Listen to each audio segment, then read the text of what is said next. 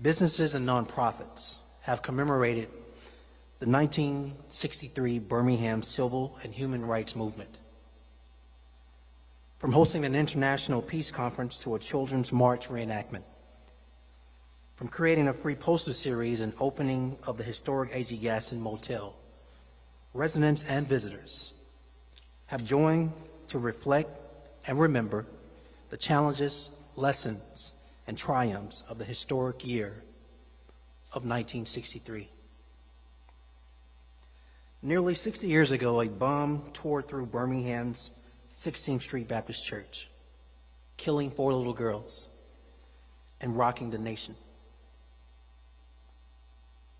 In remembrance of this horrific event and in the spirit of restoration and education, the City of Birmingham and its partners will host the 2023 Forging Justice Commemoration Week. That week will take place September 10th through the 16th. The community is invited to share in a series of discussions with nationally acclaimed thought leaders, a conference on healing, art interpretations, a film screening, and a visit by international dignitaries and a special keynote speaker. In addition, the City of Birmingham is honored to host the photography of the late Chris McNair in a special exhibition at City Hall. McNair was a professional photographer, public servant, and the father of Denise McNair, who was killed in the 16th Street Baptist Church bombing. This exclusive collection features 22 images featuring Dr. Martin Luther King Jr., the Reverend Fred Shuttlesworth, Rosa Parks, A.G. Gaston, his late daughter Denise, and many others. The exhibition will open its doors to the public starting today on the 2nd floor of City Hall and will run until Saturday, September 16th. So for details, please go to birminghamal.gov/McNair exhibit to learn more, as well as for more information about the 60th commemoration. I want to suggest that you please go to birminghamal.gov/Forging Justice. I think the beauty of this moment, to my right and my left, there are many organizations and advocates and passionate people and leaders and community partners who have been standing tirelessly in this work. Not just focused on the past, but also embracing the present and the future related to where do we go from here. And they have created impactful programming as it relates to the commemoration of this entire year that's already been done and for the months to come. And so next up is the Reverend Arthur Price, pastor of the 16th Street Baptist Church, who has a very cool special announcement. After Reverend Price, you will hear from Reverend Thomas Wilder, pastor of the historic Bethel Baptist Church. And then you will hear from Magdalene Hamilton, executive director of the Ballard House. Before Reverend Price comes, I would just like to express my public appreciation for each of you individually, as well as your organizations that you represent and serve. And thank you for all you're doing to commemorate this year and the impact it has on community members. With that, everybody, Reverend Price.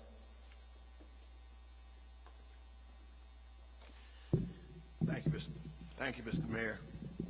As the Mayor has already stated, each year on September 15th, the 16th Street Baptist Church in our community pause to remember and to reflect the events surrounding the 1963 bombing of the 16th Street Baptist Church in Birmingham, Alabama.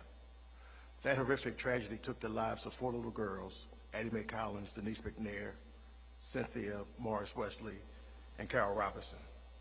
Those innocent lives were viciously taken by a bomb explosion during the Sunday school hour at the 16th Street Baptist Church. The blast that tore through our church that day was perceived as the blast that was heard all around the world. A catalyst for change in the civil rights movement, their deaths not only changed the way people viewed Birmingham, but also the way we view ourselves as a nation, and transformed the city of Birmingham into a sacred battleground for humanity. On Friday, September 15th, 2023, we'll mark the 60th anniversary of that fateful day, a day that the world watched, witnessed, and wept at the terroristic act that changed the hearts of many. To commemorate the event, the 16th Street Baptist Church will hold, as usual, a community memorial service on that morning at 9:30 a.m. And we're glad to announce on this day that Associate Justice Ketanji Brown Jackson has agreed to serve as our keynote speaker for that day. Who would have believed in 1963, during those tumultuous times in our church's history and our country's history, that 60 years later, we will have the first female African-American in the United States Supreme Court. We believe that's a powerful statement for us to hear her speak on this sacred ground as we continue to remind the world of how far we've come and even how important what we have accomplished as a city, as a country, and as a nation. 16th Street Baptist Church is committed to teaching lessons, transforming lives, and making sure that our land is transformed as well. That's our announcement. Thank you, and God bless.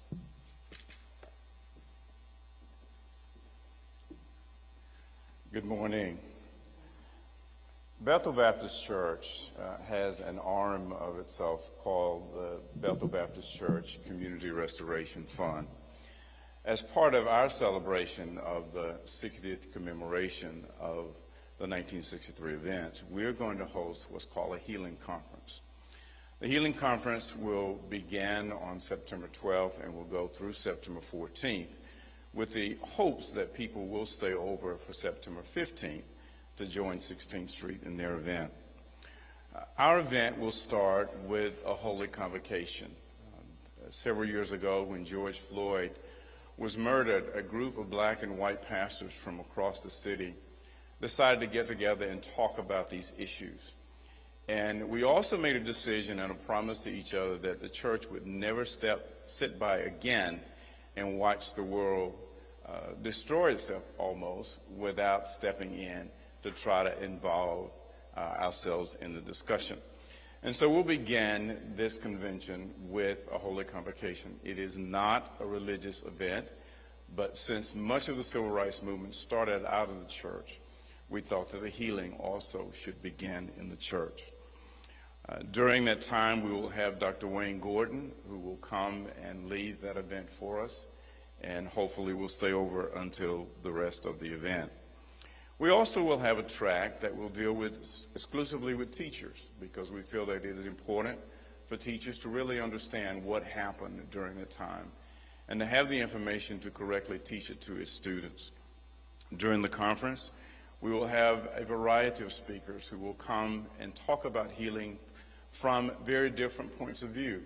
We'll have those who will talk about it from a psychological standpoint, from a physical standpoint, and even from an economic standpoint, because healing takes all of those arms to go with it.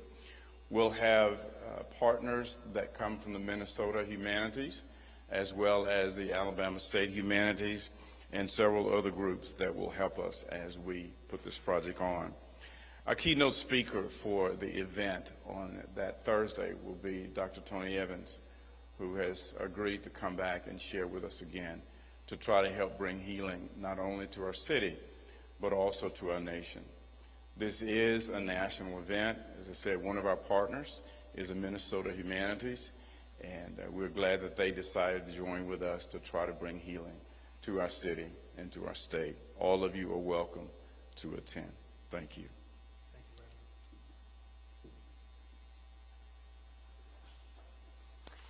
Good morning to each and every one of you.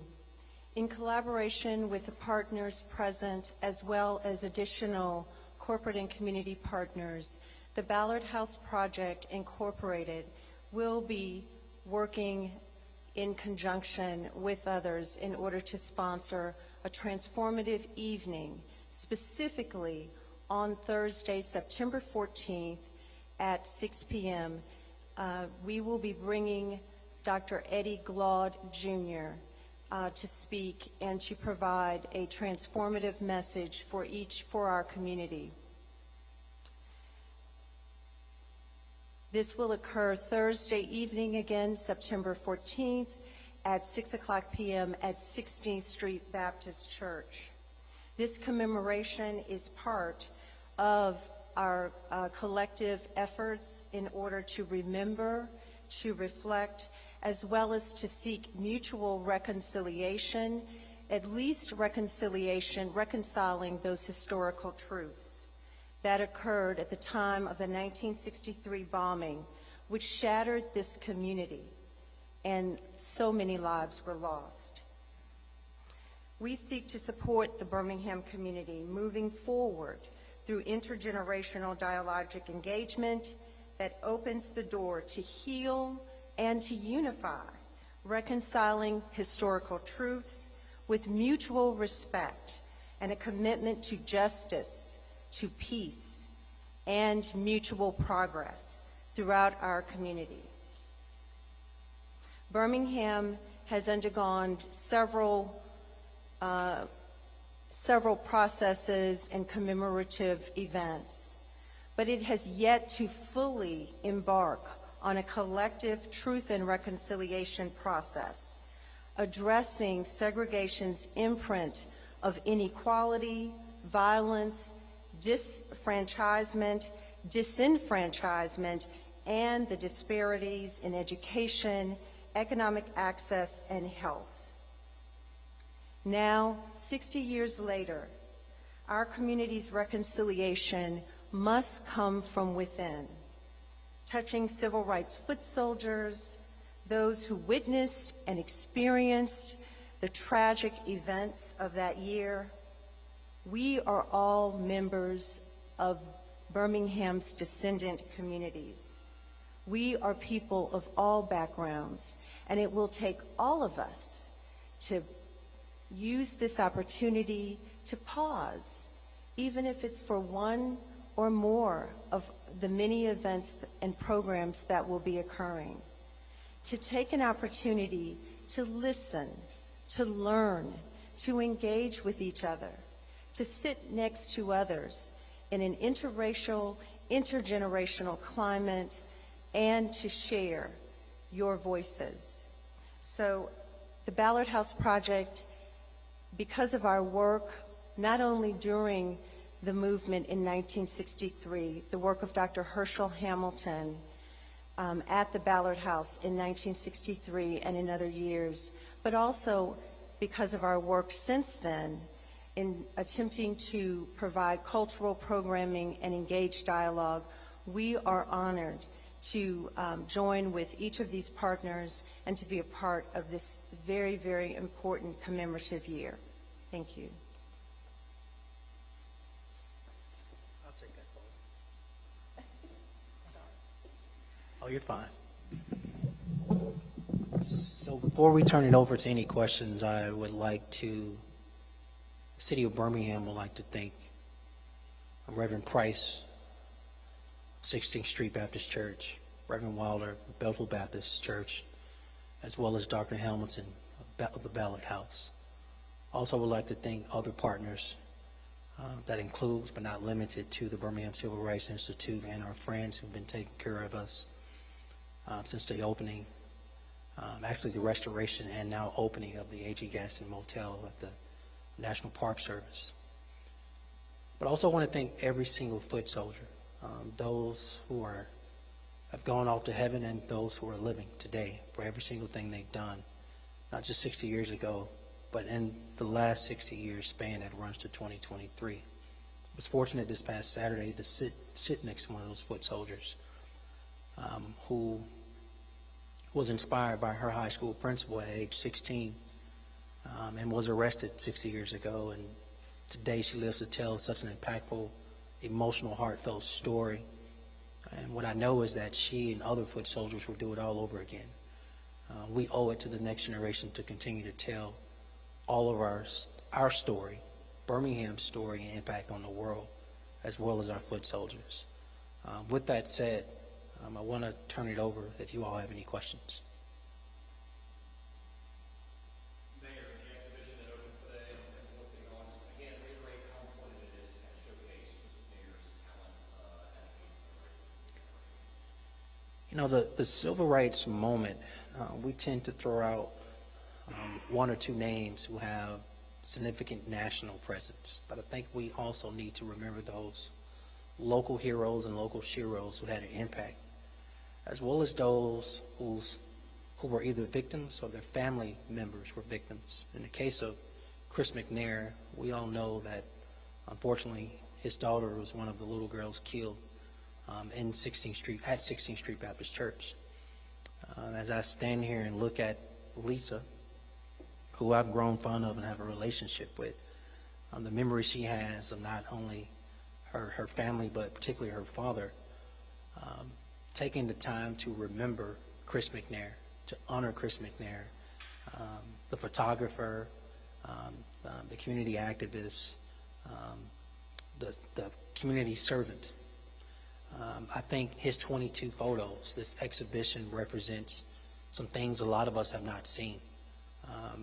Pictures of Martin Luther King Jr. we've not seen, or Reverend Fred Shuttlesworth in action, Rosa Parks, Denise McNair, who we know by name, but who we should look, remember, and also know her face as well. And so I think this exhibition is important.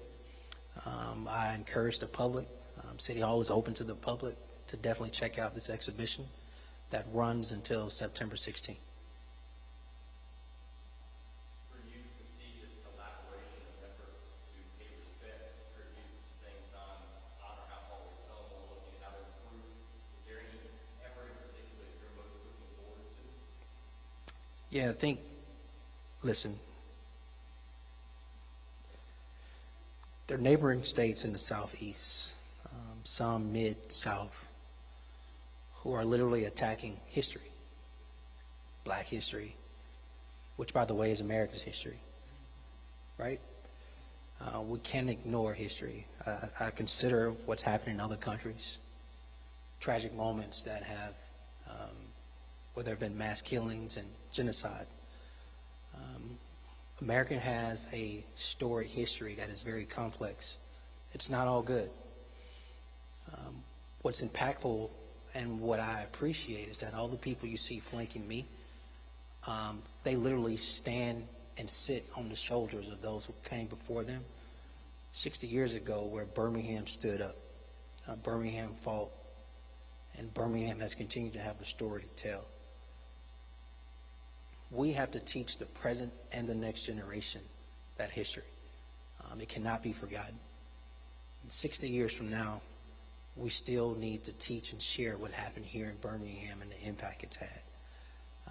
And so for them as leaders in the community, as well as the organizations they represent, they will continue to share it. The city of Birmingham is honored to stand shoulder to shoulder with them. I give them the credit for the work they do every single day. Who's next? By the way, if you missed it, I'm excited about Reverend Price's announcement. He mentioned Associate Justice of the Supreme Court, Ketanji Brown, is coming to Birmingham, Alabama, everybody. Birmingham, Alabama, everybody.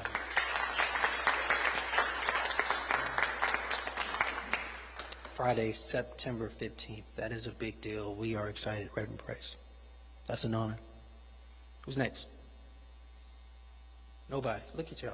Could Lisa step up and say what the photographs mean to her? Lisa can step up and say whatever she wants. Thank you, Mr. Mayor. The photographs, thank you. Thank you. I need some help with this. I can hold it, I can hold it, yeah. Oh, okay.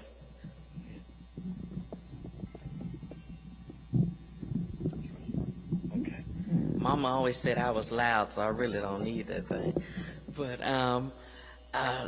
Kim and I are so excited about this exhibit because we wanted to remind Birmingham of the legacy of our dad and what an excellent photographer he was. He loved photography. He carried a camera around with him everywhere. He never went anywhere without it.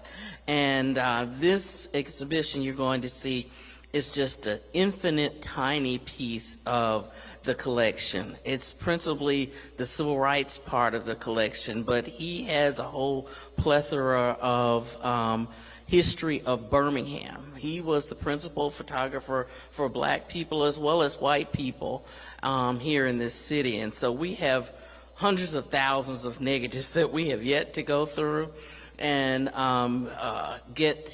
we may print more, we may add to this collection at some point, but I just am really excited about Daddy being recognized here for something he enjoyed doing and something that he did so well to document our shared American history in this country.